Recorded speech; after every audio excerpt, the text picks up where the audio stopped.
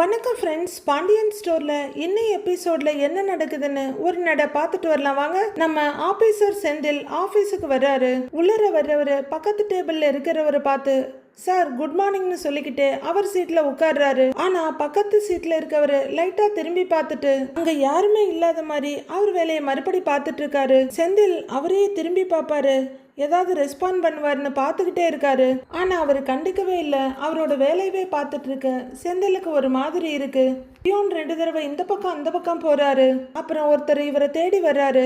Sir அப்படின்னு கூப்பிட வாங்க உட்காருங்கன்றாரு செந்தில். இந்தாங்க சார்னு ஒரு ஃபைலை கொடுக்குறாரு. செந்திலும் ஃபைலை வாங்கி பார்த்துட்டு கையெழுத்த போட்டு இந்தாங்கன்னு கொடுக்க தேங்க்ஸ் சார்னு வாங்கிட்டு அவர் போறாரு. செந்தில் வேலை செஞ்சுக்கிட்டே இருக்காரு. ஃபைல் எடுத்து இப்படி வைக்கிறாரு, இன்னொரு ஃபைல் எடுத்து அப்படி வைக்கிறாரு, அப்புறம் ஒரு ஃபைல் எடுத்து வேற பக்கம் வைக்கிறாரு. பக்கத்து டேபிள்காரர் கிட்ட திரும்பி தலைவலிக்கிற மாதிரி இருக்கு, டீ சாப்பிடுவோமான்னு கேக்குறாரு. இல்ல நான் வரலன்னு படக்குன்னு திரும்பிக்கிறாரு அவரு. செந்திலுக்கு ஒரு மாதிரி சுருக்குன்னு இருக்கு. வேலை நிறைய இருக்கா அப்படின்னு செந்திலே கேட்க ஆமா நிறைய இருக்கு அப்படின்னு சொல்லிட்டு படக்குன்னு திரும்பிக்கிறாரு. என்னாச்சு இவருக்கு, முகம் கொடுத்து பேச மாட்டேங்கிறாரு அப்படின்னு செந்தில் அவர் சீட்ல இருந்து எழுந்து வர அங்க ஒரு 3 பேர் இருக்காங்க.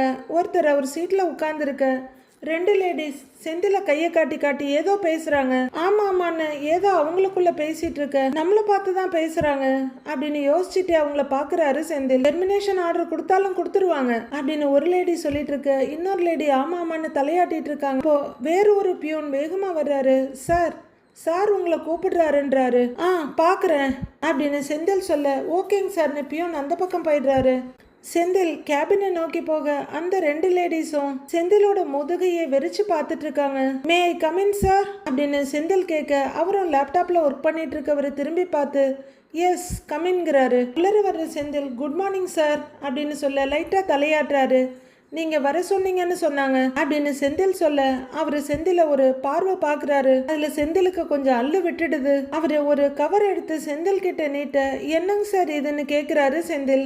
லஞ்சம் வாங்கின கேஸ்ல உங்க பேர் நிறைய அடிபட்டிருக்கு, அதனால உங்களை சஸ்பெண்ட் பண்ண சொல்லி ஆர்டர் கொடுத்துருக்காங்க அப்படின்னு அவர் சொல்லிட்டு இருக்க ஒரே மின்னல் மயந்தான். வேற என்ன, செந்தில் பயங்கரமா அதிர்ச்சி ஆயிட்டு இருக்காரு. அவரு அப்படியே கவரை குனிஞ்சு பார்த்துட்டு மறுபடியும் இவரை பார்த்துட்டு சார் அப்படிங்கிறாரு.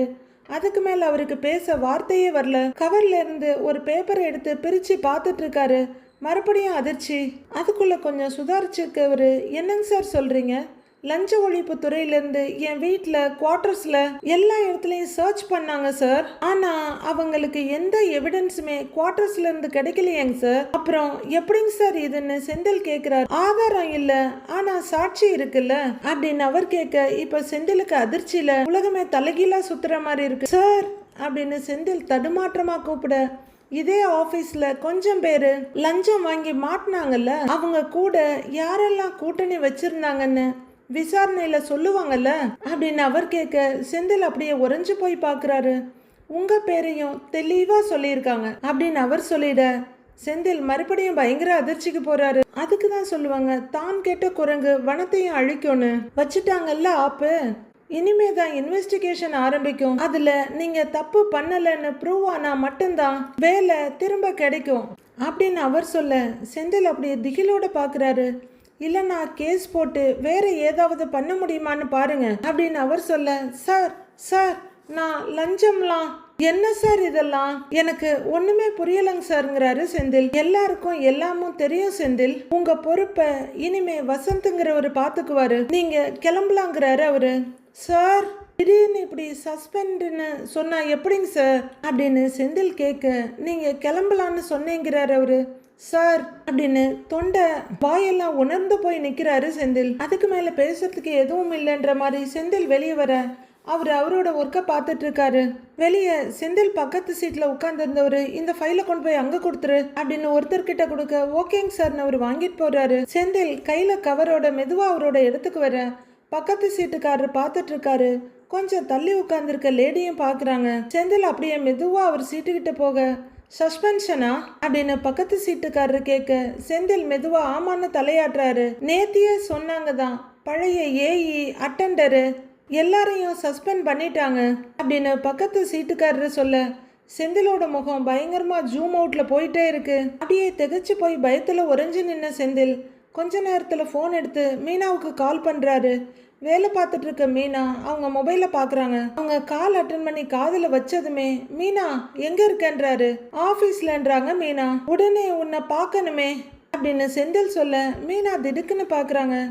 ஆஃபீஸ் பக்கத்தில் அந்த ரெஸ்டாரண்ட்டுக்கு வர்றியா அப்படின்னு செந்தில் கேட்க எதுக்குங்கன்றாங்க மீனா. நீ வா நான் சொல்கிறேன் அப்படின்னு செந்தில் சொல்ல அப்படின்னு காலை டிஸ்கனெக்ட் பண்ணுறாங்க மீனா. செந்திலும் ஃபோனை காதுல இருந்து எடுக்க எதுக்கு திடீர்னு கூப்பிடுறாரு அப்படின்னு மீனா யோசிச்சுட்டு இருக்க இவர் அந்த கையில கொடுத்த கவரையே பார்த்துட்டு நிக்கிறாரு. அரசியும் இன்னொரு பொண்ணும் நடந்து வந்துட்டு இருக்காங்க. லேட்டா வர்றோமேடி, பஸ் போயிருக்குமோ அப்படின்னு அந்த லேடி கேட்க நம்ம காலேஜுக்கு போற பஸ் என்னைக்கு கரெக்ட் டயத்துக்கு வந்திருக்கு அப்படின்றாங்க அரசி. மற்ற நாள்லாம் டயத்துக்கு வராது, ஆனா இன்னைக்கு நாம லேட்டா வர்றோம்ல அதனால டைமுக்கு வந்துரும்ன்றாங்க அந்த லேடி. பாத்துக்கலாம் விடுன்றாங்க அரசி. ஃபர்ஸ்ட் பீரியட் கல்பனா மேடம் தானேன்னு அரசி கேட்க அந்த லேடி ஆமாங்கிறாங்க.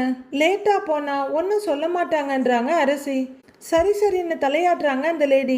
ரெண்டு பேரும் நடந்து வந்துட்டு இருக்க கொஞ்ச தூரத்துல ஆர்கானிக் கார்த்தி வண்டியை நிறுத்திட்டு அது மேல உட்கார்ந்து இருக்காரு. பஸ் வருதான்னு வெயிட் பண்ணி பாப்போம், இல்லைன்னா ஆட்டோ பிடிச்சு போய்க்குவோம் அப்படின்னு அரசி அந்த லேடி கிட்ட சொல்லிக்கிட்டே வர ரெண்டு பேரும் நடந்து வந்துடுறாங்க. டக்குன்னு கார்த்தி இவங்கள பார்த்துட்டு அவங்க முன்னாடி போய் நிக்கிறாரு. சரி அரசி, நான் பஸ் ஸ்டாப்ல வெயிட் பண்றேன், நீ வா அப்படின்னு அந்த லேடி போறாங்க.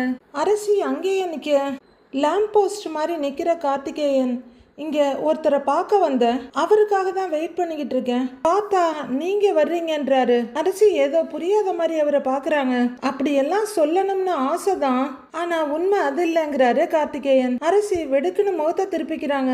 நீங்க காலேஜுக்கு வர்ற டைம்னு தெரியும், உங்களை பார்க்கறதுக்காக தான் வெயிட் பண்ணிட்டு இருக்கேன், ஆனா நீங்க இன்னைக்கு ½ லேட்டு தெரியுமா அப்படின்னு கார்த்தி சொல்ல ஏதோ திட்ட போறாங்கன்னு நம்ம பார்த்தா என் ஃப்ரெண்டு கிளம்புறதுக்கு லேட் பண்ணிட்டா, பஸ்ஸை மிஸ் பண்ணிட்டோமா என்னன்னே தெரியலன்றாங்க அரசி. ஏங்க நான் 1/4 மணி நேரமா இங்கே தான் நிக்கிறேன், பஸ் இன்னும் வரலங்கிறாரு கார்த்தி. ஓ சரி சரின்னு கொஞ்சம் நிம்மதியா பாக்குறாங்க அரசி. அப்படின்னு அந்த பக்கம் இந்த பக்கம் பாக்குற கார்த்தி கொஞ்சம் தயங்கிட்டு அப்புறங்கிறாரு.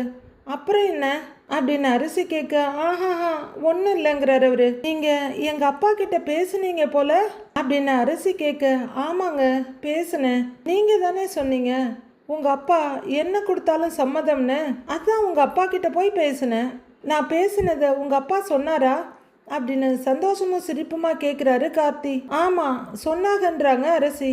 ஏங்க வேற என்னங்க சொன்னாரு அப்படின்னு கார்த்தி கேட்க வேற என்ன சொல்லணும்னு அரசி கேட்குறாங்க. உங்களுக்கு என்ன பிடிச்சிருக்கா, கல்யாணம் பண்ணலாமா, மேற்கொண்டு ஏதாவது பேசலாமான்னு கேட்டாரா அப்படின்னு கார்த்தி சொல்ல என் விருப்பம் என்னன்னு கேட்டாங்க அப்படின்னு அரசி சொல்ல அவரு ரொம்ப ஆர்வமா நீங்க என்ன சொன்னீங்கன்னு மூச்சை பிடிச்சிட்டு கேட்குறாரு. எனக்கு என்ன சொல்றதுக்கு எதுவும் இல்லை, என்ன முடிவுனாலும் நீங்களே எடுங்கப்பான்னு சொல்லிட்டேன் அப்படின்னு அரசி சொல்ல ஓஹோ ரொம்ப அப்பா பொண்ணோ அப்படிங்கிறாரு கார்த்தி. ஆமா நான் அப்பா பொண்ணு தான் அப்படின்னு அரசி சொல்ல கொஞ்ச நேரம் தயங்கிட்டு எங்கேயோ பார்த்துட்டு சரி இப்போ உங்க அப்பா என்ன முடிவெடுப்பாரு அப்படின்னு கார்த்தி கேட்க அதை அவர்கிட்ட தான் கேட்கணுன்றாங்க அரசி. மேற்கொண்டு பேசலான்னு சொல்லுவாரா இல்ல வேணான்னு சொல்லுவாரா அப்படின்னு கார்த்தி யோசனையா வானத்தை பார்த்துட்டு இருக்க அதெல்லாம் எனக்கு தெரியலங்கன்றாங்க அரசி. ஏங்க ஏற்கனவே அவர்கிட்ட பிஸ்னஸ் விஷயமா நிறைய பேசி இருக்கிறேன், கொஞ்சம் டார்ச்சர் வேற பண்ணி இருக்கிறேன், அதெல்லாம் மனசுல வச்சுக்கிட்டு மேற்கொண்டு பேச வேணான்னு சொல்லுவாரோ அப்படின்னு வேற விதமா சுத்தி வளைச்சு கேட்குறாரு கார்த்தி. அரசி ரொம்ப உஷாரா நீங்க என்ன கேட்டாலும் எனக்கு தெரியாதுன்னு மட்டும்தான் சொல்ல தெரியும் அப்படிங்கிறாங்க. ஏங்க ஒருவேளை இந்த கல்யாண பேச்சை விட்டுடலான்னு உங்க அப்பா சொன்னா நீங்க என்னங்க சொல்லுவீங்கன்னு கேக்குறாரு கார்த்தி. அரசி கொஞ்சமும் தயங்காம சரின்னு சொல்லுவேன்றாங்க. சரின்னு சொல்லுவீங்களா? ஏங்க கொஞ்சம் கூட யோசிக்காம சரின்னு சொல்லுவீங்களா அப்படின்னு அவர் அதிர்ச்சியா கேட்க அரசி ஆமான்றாங்க. ஏங்க மேற்கொண்டு பேசலான்னு சொன்னா சந்தோஷப்படுவீங்களா அப்படின்னு கார்த்தி கேட்க அரசி அப்படியே திக்குன்னு பாக்குறாங்க. ஏங்க சொல்லுங்க சந்தோஷப்படுவீங்களா அப்படின்னு கார்த்தி கேட்க அரசி அந்த பக்கம் பாக்குறாங்க. ஏங்க பஸ் வந்துருச்சுங்கிறாங்க. எங்க பஸ்ஸா அப்படின்னு திரும்பி பாக்குறவரு ஏங்க நான் கேட்டதுக்கு பதில் சொல்லிட்டு போங்க அப்படின்னு கெஞ்ச ஆரம்பிக்கிறாரு. ஏங்க இந்த பஸ்ஸை மிஸ் பண்ணிட்டா எனக்கு பஸ்ஸே கிடைக்காது, நான் வர்றேங்கிறாங்க அரசி. ஏங்க பஸ் கிடைக்கலன்னா நான் தான் பைக் வச்சிருக்கேன்ல, நானே டிராப் பண்றேன்றாரு கார்த்தி. என்னது டிராப் பண்றீங்களா அப்படின்னு அரசி முகத்தை சுருக்கிட்டு பார்க்க அவர் ஆமான்னு தலையாட்டுறாரு. நீங்கள் கூப்பிட்டோன்னே நாங்கள் வந்துட்டு தான் அடுத்த வேலை பார்ப்போம், நீங்கள் நல்லா ட்ராப் பண்ணுவீங்க அப்படின்னு பார்த்துட்டு போயிட்டு இருக்காங்க அரசி. ஏங்க நில்லுங்க, நான் தான் ட்ராப் பண்ணுறேன்னு சொல்கிறேன்ல அப்படின்னு கார்த்திக் கூப்பிட்டுட்டே இருக்க அரசி திரும்பி கூட பார்க்காம போயிட்டு இருக்காங்க. செந்திலும் மீனாவும் ரெஸ்டாரண்ட்ல இருக்காங்க. செந்திலோட கையெல்லாம் விரலெல்லாம் நடுங்குது. அப்படியே கையை ஒன்னோட ஒன்னா பிடிச்சி கண்ட்ரோல் பண்ணிட்டு இருக்காரு. பயங்கர படபடப்பா இருக்காரு. மீனாவும் பொறுத்து பொறுத்து பார்த்துட்டு, ஏங்க எதுக்குங்க என்ன வர சொன்னீங்கன்னு கேக்குறாங்க. செந்தில் இலக்கில்லாம பார்த்துட்டு இருக்க, உங்களை தான் கேக்குறேன், வேலையெல்லாம் விட்டுட்டு வர சொன்னீங்க, என்ன விஷயம் சொல்லுங்க அப்படின்னு மீனா கேட்க, மீன் மாதிரி வாய் திறந்து மூடிட்டு இருக்காரு. முகத்தை பார்த்தா எதுவும் சரியில்லையே, என்ன ஆச்சுன்றாங்க மீனா. செந்திலுக்கு முகமெல்லாம் வேர்த்து வழியுது. ஒரு டிஷ்யூ எடுத்து முகத்தை துடைக்கிறாரு. மீனா செந்திலைய ஷார்ப்பா பார்த்துட்டு இருக்காங்க. திடீர்னு இப்ப என்ன ஆச்சு, ஏன் முகமெல்லாம் வேர்த்து கொட்டுது, என்ன தாங்க பிரச்சனை அப்படின்னு மீனா கேட்க, செந்திலால எதுவுமே பேச முடியல. மறுபடியும் விஜிலன்ஸ்லேருந்து யாராவது ஆஃபீஸ்க்கு வந்தாங்களா அப்படின்னு மீனா கேட்க, குறுக்கில் தலையாடுறாரு. இல்லைன்னு கொஞ்சம் ரிலாக்ஸாக நிமிந்து உட்கார்ற மீனா. நீங்கள் இப்படி வாயை மூடிக்கிட்டு இருக்க எனக்கு பயம் கூடிக்கிட்டே போகுது, என்னென்ன டக்குன்னு சொல்லுங்க அப்படின்னு மீனா கேட்க, அது அது என்னை வேலையிலிருந்து சஸ்பெண்ட் பண்ணிட்டாங்க அப்படின்னு செந்தில் சொல்ல, அது கரெக்டா மீனாவுக்கு ரீச் ஆகல. முகத்தை சுருக்கிக்கிட்டு என்ன சொன்னீங்கன்னு கேக்குறாங்க. வேலையிலிருந்து என்ன சஸ்பெண்ட் பண்ணியிருக்காங்க மீனா அப்படின்னு செந்தில் சொல்ல, மீனாவை சுத்தி மட்டும் ஒரே மின்னலா வெட்டுது. என்னங்க சொல்றீங்க அப்படின்னு கத்துறாங்க மீனா. அதுக்கப்புறம் தான் அவங்களுக்கு சரௌண்டிங் உரைக்குது. சுத்தி முத்தி பாக்குறாங்க. உடனே நெத்திய தேய்ச்சிக்கிட்டு என்னங்க சொல்றீங்கன்னு மெதுவா கேக்குறாங்க. செந்திலும் சுத்தியும் முத்தியும் பார்த்துட்டு, நான் ஆபீஸ்க்கு கிளம்பி போனேனா அப்படின்னு செந்தில் நடந்ததை சொல்றாரு. அடுத்து ஏஐ அவரை உள்ளர கூப்பிட்டு அவர் கையில சஸ்பென்ஷன் ஆர்டரை கொடுத்ததையும் சொல்றாரு. செந்தில் அதை வாங்க, லஞ்சம் வாங்கின கேஸ்ல உங்க பேரு நிறைய அடிபட்டிருக்கு, அதனால உங்களை சஸ்பெண்ட் பண்ண சொல்லி ஆர்டர் கொடுத்துருக்காங்க அப்படின்னு ஏஐ சொன்னதை செந்தில் சொல்ல, மீனா மறுபடியும் பயங்கர அதிர்ச்சி ஆகுறாங்க. இனிமேல் தான் இன்வெஸ்டிகேஷன் நடக்கும், அதுல நீங்க தப்பு பண்ணலன்னு ப்ரூவ் ஆனா மட்டும்தான் வேலை திரும்ப கிடைக்கும் அப்படின்னு ஏஐ சொன்னதை செந்தில் சொல்றாரு. மீனா அதிர்ச்சியோட பார்த்துட்டு இருக்க, எனக்கு ஒன்றும் புரியல, கொஞ்சம் இதை பாரு அப்படின்னு அவர் கொடுத்ததை இவர் எடுத்து மீனாட்ட கொடுக்குறாரு. மீனா கொஞ்ச நேரம் அதை வாங்காம அப்படியே இருக்காங்க. அப்புறம் அவங்களும் பயங்கர படபடப்போட அந்த கவரை வாங்கி உள்ள இருந்து பேப்பர் எடுக்கிறாங்க. எடுக்கிறவங்க படிக்க ஆரம்பிக்க அவங்க முகம் லெஃப்ட் ரைட்டு மேலே கீழே அப்படின்னு 4 டைரக்ஷனுக்கும் போய் வருது. அப்படியே இடையில நிமிந்து செந்தில ஒரு பார்வை பார்த்துட்டு மறுபடியும் படிக்கிறாங்க. எனக்கு இத கையில வாங்கின உடனே கையும் ஓடல காலும் ஓடல, எனக்கு ஒரு மாதிரி படபடப்பா ஆயிடுச்சு மீனா, தலையே சுத்திடுச்சு, என்ன பண்றது ஏது பண்றதுன்னு ஒண்ணுமே புரியல அப்படின்னு அவர் அழாத குறையா உட்கார்ந்துருக்க. மீனாவும் அவரையும் அந்த பேப்பரையும் மாறி மாறி பார்த்துட்டு, இப்ப அடுத்து என்ன பண்ணுவாங்கன்னு கேக்குறாங்க. என்கொயரியா அப்படின்னு மீனாவே கேட்க, ஆமா என்கொயரி தான் நடக்கும்ன்றாரு செந்தில். மறுபடியும் மீனா பயங்கரமா அதிர்ச்சி ஆகுறாங்க. அது எனக்கு சாதகமா இருக்கும்னு சில பேர் சொல்றாங்க, சாதகமா இருக்க வாய்ப்பே இல்லைன்னு நிறைய பேர் சொல்றாங்க. ஒண்ணுமே எனக்கு பதட்டத்துல ஒண்ணுமே புரியல மீனா, கண்ணை கட்டி காட்டுல விட்டா மாதிரி இருக்கு அப்படின்னு நடுங்குற விரலால முகத்துக்கு முட்டு கொடுத்துட்டு உட்கார ட்ரை பண்றாரு செந்தில். மீனா அப்படியே உறைஞ்சு போய் உட்கார்ந்துருக்க. இப்ப என்ன பண்றது மீனா அப்படின்னு கேட்க, அவங்க எனக்கு தெரியலையேங்கன்றாங்க. வேலை மட்டும் திரும்ப கிடைக்கலன்னு வைய ரொம்ப அசிங்கம் ஆயிடும், வெளியில தலை காட்டவே முடியாது மீனா, மறுபடியும் மளிகை கடைக்கு தான் வேலைக்கு போகணும், மறுபடியும் அப்பா சேர்த்துக்குவாரான்னு கூட தெரியல அப்படின்னு செந்தில் படபடன்னு பொறிஞ்சிட்டு இருக்க. ரொம்ப யோசிக்காதீங்க, எதுவா இருந்தாலும் பார்த்துக்கலாம், எனக்கு என்னமோ உங்களுக்கு வேலை திரும்ப கிடைக்கும்னு தான் தோணுது அப்படின்னு மீனா தன்னோட படபடப்பை மறைச்சிட்டு செந்திலுக்கு ஆறுதல் சொல்றாங்க. சஸ்பென்ஷன் ஆன விஷயம் வீட்டுக்கு தெரிஞ்சா என்ன ஆகும், எங்க அப்பா என்ன கேவலமா திட்டுவாருல, அசிங்கப்படுத்துவாரு அப்படின்னு ரொம்ப நொந்து போய் சொல்றாரு செந்தில். யார் என்ன பேசினாலும் ஃபேஸ் பண்ணி தான் ஆகணும், நமக்கு வேற வழியே இல்ல அப்படின்றாங்க மீனா. இல்ல மீனா, இந்த விஷயம் வீட்டுக்கு தெரியவே கூடாதுங்கிறாரு செந்தில். சொல்லாம இருக்கணும்னு நினைக்கிறீங்களா அப்படின்னு மீனா கேட்க, சொல்லக்கூடாது மீனா, சொல்லவே கூடாது, யார வேணா சமாளிச்சிடலாம், எங்க அப்பாவை சமாளிக்கவே முடியாது அப்படின்னு செந்தில் சொல்லிட்டு இருக்க. அதிர்ச்சியோட பார்த்துட்டு இருக்காங்க மீனா. சொல்ல வேணாம், கண்டிப்பா சொல்ல வேணாம் அப்படின்னு செந்தில் சொல்ல, மீனாவும் லைட்டா சரின்னு தலையை ஆட்டுறாங்க. அப்போ அவங்களோட மொபைல்ல ஏதோ மெசேஜ் ஸ்டோன் வர எடுத்து பாக்குறாங்க. அதுல செந்திலோட போட்டோவும் அதுக்கு கீழே கொஞ்சம் எழுத்துக்களும் இருக்கு. மீனா அதை பார்த்து பயங்கர அதிர்ச்சி ஆகுறாங்க. மீனா மறுபடியும் அதிர்ச்சி ஆகுறத செந்தில் என்னன்னு நிமிந்து பார்க்க இந்த அண்ணன் மொபைலை நீட்டுறாங்க. பிரேக்கிங் நியூஸ்லயே போட்டுட்டாங்கப்பா. இப்படிலாம் போட்டாங்கன்னா இந்தியாவில் பாதி பேரோட ஃபோட்டோவும் அவங்கள பற்றின விஷயமும் எல்லாருக்குமே தெரிஞ்சிருக்கும். ஆனால் நாம பார்க்கறதெல்லாம் அத்தி பூத்த மாதிரி எங்கேயோ ஒன்று தான் இந்த மாதிரி. அதை பார்க்குற செந்தில் பிளாக் அண்ட் ஒயிட்டுக்கு ஸ்டோன் ஏராவுக்கெல்லாம் போயிட்டு வராரு. மீனா நொந்து போய் நெத்தியில் கையை வச்சுட்டு அப்படியே குனிய, மீனா ஏய் என்ன இது, அதுக்குள்ள ஃபோனில் ஃபோட்டோலாம் அனுப்பிச்சிட்டாங்க அப்படின்னு அவர் நடுங்க ஆரம்பிக்க, பயப்படாதீங்க பயப்படாதீங்க இருக்கட்டும் பார்த்துக்கலான்றாங்க மீனா. அவர் நடுக்கத்தோட நிமிந்து பார்க்க கொஞ்சம் தள்ளி ஒரு டேபிள்ல இருக்கவரு ஜூஸை குடிச்சிட்டு மொபைல பாக்குறாரு. செந்தில பாக்குறாரு. செந்தில் ரொம்ப சங்கடமா படக்குன்னு தலைய குனிய அவர் மறுபடியும் செந்தில பாக்குறாரு. இதெல்லாம் சீரியல்லையும் சினிமாவிலையும் மட்டும்தான் நடக்கும். அப்படியே மீனாவும் இந்த பக்கம் அந்த பக்கம் பார்க்க எல்லாருமே இவங்களதான் பார்த்துட்டு இருக்க மாதிரி இருக்கு. செந்தில் ரொம்பவே சங்கடத்தோட நெத்திய தேய்ச்சிட்டு இருக்காரு, முகத்தை மறைச்சிட்டு. மீனா எல்லாரும் நம்மளையே தான் பார்க்குறாங்க, நாம் போகலாம் அப்படின்னு சொல்லிட்டு பைய எடுக்கிறவர் டக்குன்னு முகத்தை மறைச்சிட்டு நடக்க ஆரம்பிக்கிறாரு. மீனாவும் அவங்க பேக் எடுத்துட்டு வெளியே வர்றாங்க. அவர் ரோட்ல வந்து நிற்க மீனாவும் அவர் பக்கத்தில் வந்து நிற்கிறாங்க. என்ன மீனா, அதுக்குள்ள ஃபோன்லலாம் பரவ ஆரம்பிச்சிருச்சு அப்படின்னு ஒரே பதட்டமாக பதறாரு அவரு. அதானே, என்னடாப்பா இது வைரஸை விட வேகமாக பரவுதுன்னு நம்ம பார்த்துட்டு இருக்க, பதறாதீங்க அப்படின்னு மீனா ஆறுதலாக செந்திலோட கையை பிடிக்கிறாங்க. எப்படி பதறாம இருக்க முடியும்? இந்த விஷயத்த ஊர்ல இருக்க அம்பட்ட பேருமே பார்த்துருப்பாங்களே, நம்ம வீட்டு ஆளுங்களும் பார்க்காம இருப்பாங்கன்னு என்ன நிச்சயம் அப்படின்னு பயங்கரமா படபடக்கிறாரு செந்தில். ஏங்க ரொம்ப யோசிக்காதீங்க, பயப்படாதீங்க, பார்த்துக்கலாம். வீட்டிலெல்லாம் யாரும் இந்த விஷயத்த பார்த்துருக்க மாட்டாங்கங்க, அவங்க பார்த்துருக்க வாய்ப்பே இல்லை.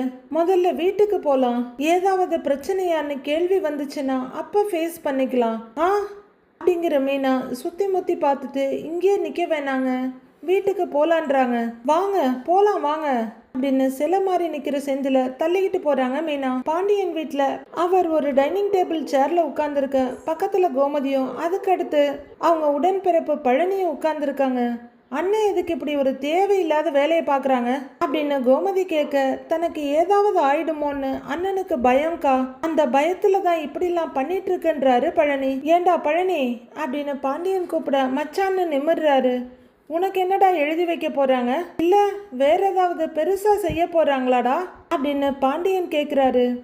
அதை பற்றிலாம் நான் யோசிக்கவே இல்லை மச்சான், எனக்கு எதுவுமே கொடுக்கலனாலும் எனக்கு சந்தோஷம்தான். கடை இருக்கு, அதை வச்சு நான் பொழைச்சிக்க போகிறேன் அப்படிங்கிறாரு பழனி. அப்போ அவர் மொபைல் ரிங் ஆக, ஒரு நிமிஷம் இருங்க அப்படின்னு எடுக்கிறவரு டிஸ்பிளேவை பார்த்துட்டு, ஓ இவரா அப்படின்றவரு, சொல்லுங்கண்ணே, ஆர்டரா இல்லையா, என்னென்ன சொல்கிறீங்க செந்திலா அப்படின்னு பழனி பேசிகிட்டு இருக்க கோமதியும் பாண்டியனும் ஷாக் அடிச்ச மாதிரி பார்க்குறாங்க. இல்லையே என்ன, அப்படிலாம் எதுவும் இல்லையே, ஐயய்ய அதுக்கெல்லாம் வாய்ப்பே இல்லையேன்னு அப்படின்னு பழனி பேசிட்டு இருக்க கோமதியும் பாண்டியனும் ஒருத்தர் பார்த்துக்கிறாங்க. அப்படியா, சரி சரி சரி இருங்கண்ணே நான் பார்க்குறேன் அப்படின்னு பழனி காதுல இருந்து ஃபோனை எடுத்ததுமே, ஏய் என்னடா செந்தில்னு கேட்டியே என்ன அப்படின்னு கோமதி கேட்குறாங்க.